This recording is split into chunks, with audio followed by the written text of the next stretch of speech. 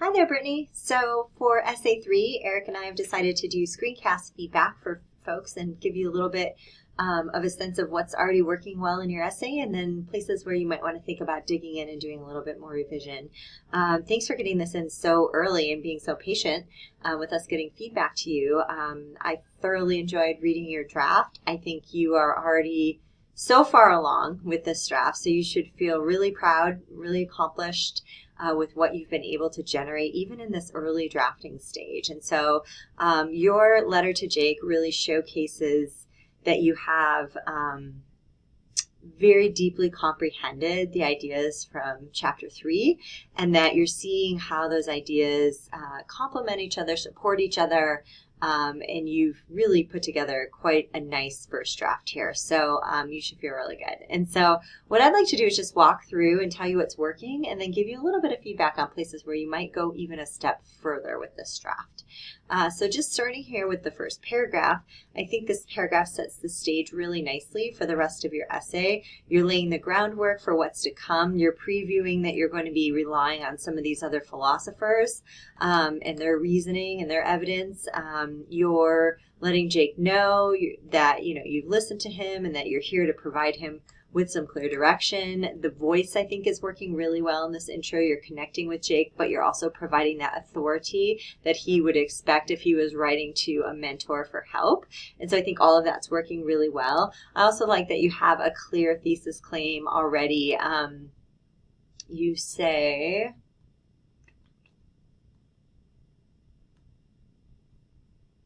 right here, back up my reasons on why I believe you should go forth and pursue the nursing program. So that's great because Jake is clear from the start of your letter what your position is, and then you get to spend the rest of your letter showing why that position is the one that's supported by better reasons and evidence. And so nicely done. Okay, moving into the second paragraph. One small suggestion, and this is something that students do a lot, so I think it's just a linguistic challenge. The philosopher's name is John Stuart Mill, and it's singular, so there's actually no S on the end of his name. I think the reason why people tend to put an S on the end of his name is because we often will use the phrase Mill says, and when you say Mill says, it sounds like you're saying it plural, like Mills says, but it's actually Mill, John Stuart Mill. So throughout your essay, you'll want to go through, and I can't do it because I think I'm in read-only view on here, but you'll want to go through and just eliminate all those S's off of John Stuart Mill so that you have his name correctly represented there. So that's just a very small suggestion. I think it's great how you introduce these two concepts of low quality and high quality. Jake definitely needs that thorough introduction that you give him, and I think you explain it very nicely. You bring in the concept of fecundity, which is really important to high quality pleasures, and it comes up later in your essay, so I think it's really good that you're setting that up early on here. I think that the only suggestion I would have for this entire paragraph is when you get to the very end of this paragraph. My suggestion here, I'm looking at my notes, says, could you dig in a little more to show why the frustration of nursing school absolutely will pay off and why it is worth it?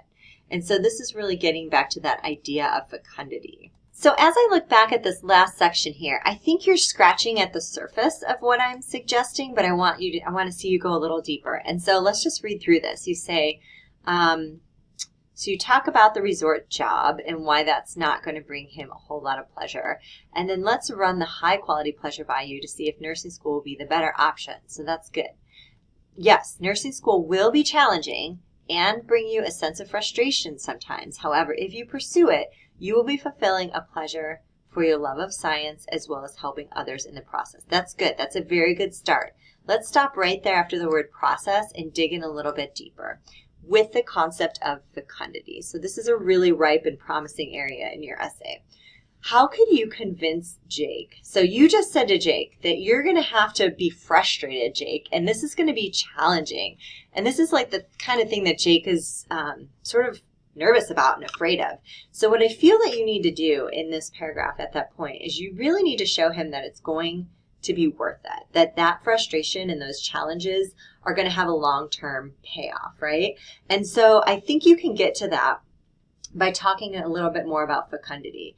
So you mentioned earlier that fecundity is when you experience something that will allow you to grow in new ways later on. So it's like a door opening experience. Eric, I think, uses the example of reading.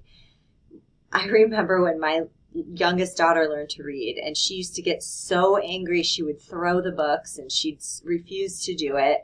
And that was, kindergarten and first grade. But now I think about she's a fifth grader, and good thing she stuck with it, right, through that frustration, because there's so many things that she gets to experience, even if it's just a matter of figuring out how to read a recipe in a cookbook so she can bake, which she loves to do. She absolutely loves baking. And without that frustration of learning how to read, she never would be able to experience the joy of baking. So how might we create a similar line of logos or reasoning for Jake to see? Jake, these parts of it are going to be frustrating, but consider how those things are going to open up new doors. And one example that popped into my head was I was thinking about how when you're in nursing school, it could be really frustrating to have to practice on people and learn how to give an IV. I imagine that that's like really anxiety producing. The first time you put an IV in somebody's arm, am I doing it right? Am I hurting the person? It certainly doesn't sound like a lot of fun. But learning how to put in an IV when you're in college could potentially open the door to you putting an IV in a dehydration victim's arm later in life and saving their life, right? What kind of accomplishment and sense of joy from giving would you feel if you were able to aid in the assistance of saving somebody's life, right? And so those frustrations that you experience while you're in school, Jake, they may cash out in these really meaningful ways later in your life. And that's what fecundity is all about. And so if there's a way that you can fold that argument or something along those lines into this piece, I think it's just going to take it up to the next level. So that would be my main suggestion for that paragraph. The Electrode Man paragraph 3, is also really strong. I see exactly where you're going with this paragraph. It's very nicely written. A couple of suggestions for this paragraph. I think that you're showing that Electrode Man is experiencing this low-level pleasure, and it might help to even explain what it is that Electrode Man is missing out on, because the way it's described right now could sound pretty nice. Like, oh, I just get to feel great all the time and I don't have to have a hangover. It's just like the pleasure of these electrodes. But what you want to make sure that Jake sees here is that even though Electrode Man is experiencing this kind of subtle high constantly, what is he missing out on? He's not out there living his life. And that's really sad. He's not getting to make mistakes and learn from those mistakes and grow as a person and become self-actualized. He's not really getting to experience things that would make him feel proud or that would make him feel a sense of accomplishment or growth or any of that. He's just getting this low-level buzz pleasure in his head all the time. And so you may want to work in this area right here to help Jake see the limitations of Electrode Man's pleasure, so that these are not really, that this really isn't as good as it sounds, right? So you want to set that up so Jake sees that, so that when you get down a few sentences and you're comparing Electrode Man to Jake, Jake doesn't think that Electrode Man sounds like the sweeter deal. He'll say, oh yeah, but that was the guy who actually didn't get to accomplish anything. He didn't get to really go out and realize who he was in the world. He kind of missed out on life, even though he was feeling this low-grade pleasure all the time. So maybe building that in a little bit more. And then there's a line down here where you say, Jake, would you want to be like Electrode Man and just experience life through low-quality pleasures? I love that. That is such a fantastic question, and I think you can really hit a home run with that question if you take it one step further and list some of the low-quality pleasures that Jake is currently experiencing. So would you want to be like Electrode Man and just experience life through just low-quality pleasures like working on your tan, being around like music and parties and, serving drinks to guests or something like that? Because those things that Jake is doing right now at his resort job, those are all low quality pleasures. That's what makes them so fun, right? They're low quality pleasures. And so how might you weave in some of those examples right there so that Jake can make that connection very concretely? Like, oh, I see the life that I'm living right now is very much like Electrode Man. So all you're doing is a little bit more work on your end so that Jake doesn't have to try to make that connection himself. I think the concluding line of this paragraph is awesome. I know that you are afraid to pursue nursing school because of the challenges it may come with. However, I believe that if you don't take a leap of faith and pursue that opportunity, you'll be limiting yourself to what you can truly be capable of. Limiting yourself on what you, that may need a little bit of rewording there, because you'll be limiting yourself on what you truly can be capable of. So the sentiment, though, here is just awesome. And I think the point you're trying to make is going to resonate really strongly for Jake.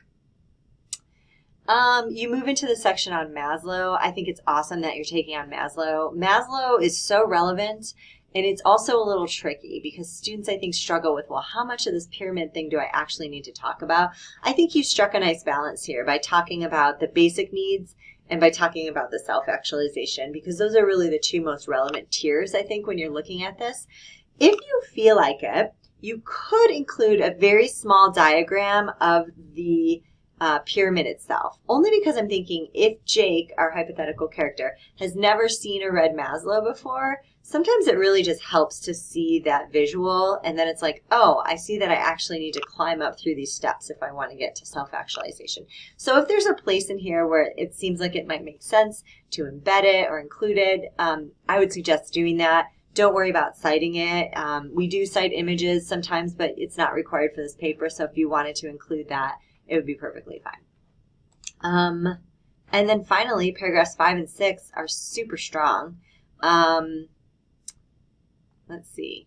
I love this line right here. Who knows? By you taking a leap of faith, you might even decide to go further into the medical field and become a doctor. This is exactly what I was talking about earlier with that fecundity piece, right? Working at the resort is not going to open doors to these other opportunities, Jake. Probably not, right? But going into nursing, wow, it's like all of these new doors could potentially open for you that wouldn't have gotten unlocked if you just stayed at the resort. And so this is a nice place where you don't actually say fecundity, but what you're talking about is fecund opportunities here. And then finally, I just think your conclusion is really strong.